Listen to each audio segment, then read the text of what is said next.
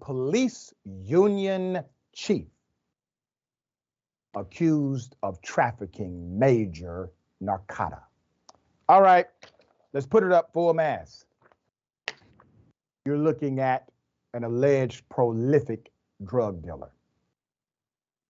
Joanne Marian Segovia, the executive director of the San Jose Police Officers Association, was nabbed in a national fentanyl distribution ring after authorities said she ordered thousands of opioids, thousands, from abroad in packages labeled wedding party favors, gift makeup, chocolate and sweets.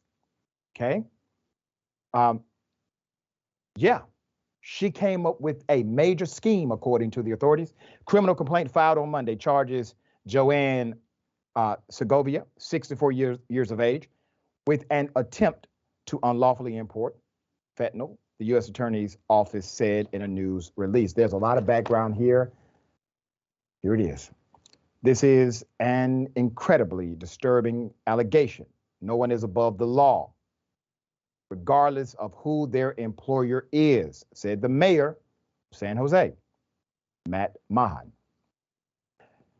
This was in a statement to KRON4. Segovia is now on leave from her position with the union, according to SanJoseInside.com. In the statement, union spokesman Tom Sagu said in a statement, the union was informed Friday of the news and is cooperating with the investigation. The board of directors is saddened and disappointed at hearing this news, and we have pledged to provide our full support to the investigative authorities, the statement on the union's website said. Now, she's not a police officer, even though the federal government does mention that she actually said she was at a particular point in this journey of hers. There's more background to the crimes, all right? Segovia was caught as part of a Homeland Security investigation into a drug network that shipped hundreds of parcels from abroad containing hundreds of thousands of pills to 48 states from the San Francisco Bay Area. Segovia had 61 shipments mailed to her home from countries including Hong Kong, Hungary, India, and Singapore. This happened for about 7 years, between October 2015, January 2023, authorities allege. Between July 2019 and January 2023, officials intercepted five shipments. Inside were thousands of pills, including synthetic opioids, tramadol, and tapentadol. Some parcels were valued at thousands. Segovia used encrypted WhatsApp messages to plan shipments, allegedly exchanging hundreds of messages with someone using a phone with the country code in India between January 2020, March 2023. This is all leading to what we would call a sophisticated network. Okay, there's more. The messages discuss details for shipping and payment of pills and contain hundreds of pictures of tablets, shipping labels, packaging, payment receipts, and payment confirmations. In the news release, Segovia used her office to distribute drugs, in one case sending a supplier a photo of a shipment made using the UPS account of the San Jose Police Officers Association. That's what authorities allege. A complaint details unusual shipments, the suspect's conversations with agents about them, and numerous text messages suggesting a double life. In another interview, when questioned about this,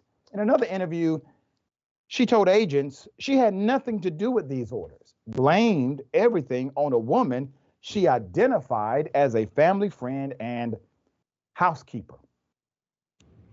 Okay. All right. The family friend and housekeeper did it all. She actually said, I don't really want to throw her under the bus, but I have to be honest here. That's actually what she told the investigators. I don't want to throw her under the bus, but I must be honest about what she did. Quite fascinating, quite interesting. But you know what didn't happen? Her home did not get raided and she did not get shot and killed. Okay. She's alive. She's going through something called due process. She will be able to actually launch a defense if she chooses. And at the end of that, typically, a jury will decide her fate. That is what the Constitution provides. She will get every single bit of it. All right. Dear brother, thoughts here? Oh, yeah. The Chef's Kiss is using the Police Association's UPS account to send packages. Wow. Paulina Escobar here working for the police union.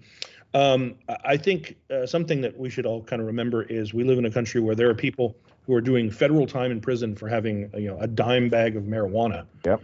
And we don't know what kind of time she's going to serve. Hopefully, she's convicted. She's going to serve time. But like you said, she'll receive her due process. But I'll tell you what, I'll go ahead and make the call now.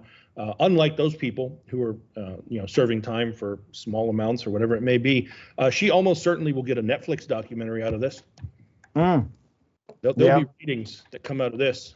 Oh, isn't that fun for her? Meanwhile, there's people who, their lives are ruined and over considerably less. I mean, what she did is allegedly what she did is absolutely. You make a great point. She may be able to bounce back, make a bunch of money off of it, tell a story, write a book, do a Netflix documentary. Boom, she's moving on with her life. You're so right. And I would be surprised if she got like legit time as any other drug dealer of her caliber. Now, you got to admit, if this is true, she is a prolific drug dealer. I mean, she's moving major weight throughout the country.